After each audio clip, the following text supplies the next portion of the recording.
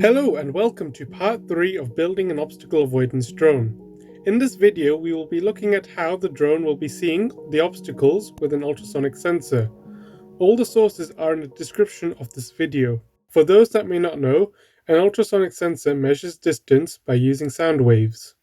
It will send an ultrasonic pulse which will keep traveling forwards until it reaches an obstacle, say a wall. The pulse will be reflected off the wall back to the ultrasonic sensor where it will be detected. The sensor will measure the time taken for the sound wave to be sent and returned. We should remember that speed is equal to distance divided by time from school. We can rearrange the formula so that distance equals times speed. With a quick Google search, we can find out the speed of sound in air, which is 340 meters per second. Let's say there is a wall a certain distance away and I want to know the distance between the wall and myself. I'll send an ultrasonic pulse and measure the time it takes for the pulse to return. So if the pulse takes 10 seconds to return, what will be the distance to the wall? Remember that the speed of sound is 340 meters per second. I will give you a couple of seconds to calculate the answer.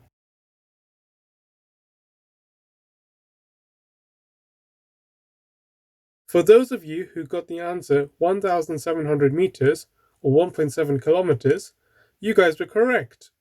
If you got 3,400 meters or 3.4 kilometers, you guys made a simple mistake.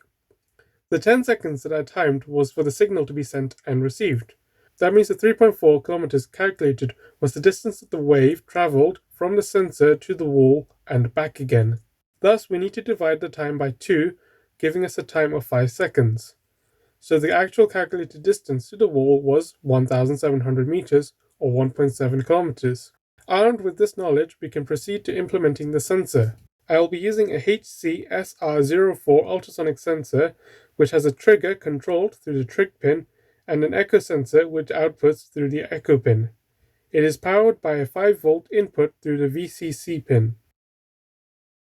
Now that we know what the pins do, we can go create a function to measure the distance with the ultrasonic sensor. To find the distance of any object, the first thing we need to do is send a pulse. We will do this by turning on and off the trigger pin. So I'll start by setting the trig pin to low and waiting 3 microseconds by using the delay microseconds function. Next, I will set the trig pin to high and wait for 5 microseconds. Finally, I will set the trig pin to low. This will create an ultrasonic pulse with a period of 8 seconds. The next step will be to time the echoes. I will be using the pulse in function to read the ultrasonic pulse echoes and output the time. The function will output the time in microseconds. A microsecond is 1/millionth of a second, or 1 times 10 to the minus 6 seconds. That means we need to divide the time value by 1 million. We also need to divide it by 2, so I'll divide the time by 2 million to get the time in seconds. I can then get the distance in meters by multiplying the speed of sound by the time. I had defined the variable for speed, v, at the start of the code. To get the distance in centimeters, I will multiply the distance in meters by 100. Finally, to output the distance value from the function, I will use return. This will return the distance in centimeters. Experiment 1. Reading the ultrasonic sensor. In this experiment, I'll be reading the distance data from the ultrasonic sensor. I'll be using the serial function to read the data from the Arduino on my laptop. This is the schematic for the experiment. In the previous video, I did not explain how the schematic diagram worked. The pins in the diagram correspond to the pins in the Arduino board. All the D pins are the digital pins and the A pins are the analog pins. So when the schematic shows a line going from D2 to trig, that means I need a wire going from the second digital pin to the trig pin on the ultrasonic sensor. I will do this with each connection as shown in the schematic. This is the code for the experiment. To start off with, I define each pin and the speed of sound. In the setup, I set the pin modes and set up the serial display. I have added the distance function here. In the loop, I'll be calling the distance function and use the serial read function to output the readings to my laptop. With the serial monitor up and a ruler, we can see that the ultrasonic sensor is quite accurate. It will be good enough for obstacle avoidance. So with the distance function working, I can start to test the conditional statements. Experiment 2. Light up an LED. This experiment will be a test to see if I can light up an LED if an object is a certain length away from the sensor. This is the circuit diagram for the experiment.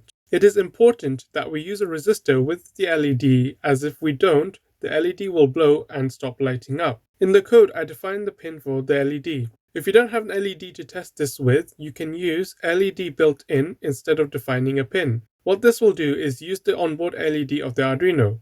You can also use this for troubleshooting in case the other LED you are using doesn't light up. In setup, I make the LED pin an output. We use the same distance function as before. In the loop section, we use the distance function and use the if condition. For this experiment, I'll be setting it so if the distance measured is less than 20 centimeters, the light will turn on. I get the light to turn on by using digital write and setting the pin to high. Just to make sure that the LED stays off when the distance measured is greater than 20 centimeters, I will use the else condition and set the pin to low. With the circuit set up, we can test the code. When I move my hand close to the sensor, the LED lights up. We can take this a step further with some more conditions. This is a modified circuit diagram in which I have added 2 more LEDs. In the code, I define the new pins and in setup, set them to outputs. In the loop section, I have created a series of conditions. If the sensor measures less than 5 centimeters, the red LED will activate. If it measures between 5 to 10 centimeters, the amber LED will activate. And finally, if it measures between 10 to 15 centimeters, the green LED will activate. If the distance measured is greater than 15 centimeters, then none of the LEDs will light up. We can test this. As we can see, the LEDs light up between the ranges I have set. If you have a car with a reversing sensor, it works in the same way. The difference is that the distances the car measures is greater and it will beep rather than light up an LED. With experiment 2 finished, we can move on to the final experiment. Experiment 3. Collision sensing. In this experiment, I'll be giving the drone the ability to slow down and even stop if it gets too close to an obstacle. The principles are the same with experiment 2. The difference is with the output. In experiment 2, the output was whether a LED turned on or off. In this experiment, the output is whether the motors will run at full speed, quarter speed, or just stop. The circuit will be set up in a similar manner as the joystick-controlled version as seen in part 2. If you haven't seen part 2, then I would recommend that you go back and watch it before watching this next part. All that I'll be doing is adding the ultrasonic sensor to the drone. This is the new circuit diagram. Like I said, it will look familiar to the joystick-controlled version from part 2. This is what the completed circuit looks wired up. I have attached the gimbal from the front to hold up the sensor. Let's look at the code next. Everything here is the same as the joystick experiment and the ultrasonic experiment up until the loop section. I once again recommend watching part 2 so that you can understand what is happening in the code. The big difference is in the loop section. For this experiment, I will only be using the forward x-axis control, but for reasons I'll explain later. So within the x-axis condition, I have 3 if conditions. The first condition is if the drone is less than 15 centimeters from an obstacle, the drone will stop. To stop the drone, I have set all the in pins to high, which should act as a braking system. The next condition is if the drone is between 12 to 20 centimeters from an obstacle, the drone will run at 25% speed. To do this, I multiplied the speed variables by 0.25. Common sense would say that the range should be between 15 to 20 centimeters, but testing showed that the drone would speed up between the conditions. To stop the drone from speeding up before stopping, I increased the range for the condition so that I would be a much smoother transition. The final condition is if the drone is more than 20 centimeters away from any obstacle, the drone will run at full speed. We can test the code by driving the drone towards a wall. As I get closer to the wall, the drone slows down and then stops roughly 15 centimeters away. I can also add reversing to the drone so that I can reverse the drone away from the wall at full speed. However, attempting to add the feature to turn creates some problems. The first is that the drone doesn't want to move forwards for some reason. And secondly, there is a noticeable input lag of 1 to 2 seconds. The lag gets worse the longer I keep the drone on for. But I don't need this feature for the drone as it will be running autonomously. Therefore, the experiment is a limited success. I can get the drone to detect obstacles in its path and have it slow down, and then stop if it gets too close. On the other hand, the experiment failed as I couldn't get the drone to turn. I will return to this issue later and try to find a solution, as it would be useful to have an obstacle detection system for future projects. Thanks for watching. In the next part, the drone will be acting autonomously with the ability to detect and avoid obstacles. So stay tuned, hit the subscribe button if you haven't, hit the like button if you liked the video, and comment if you think you have a solution to my problem.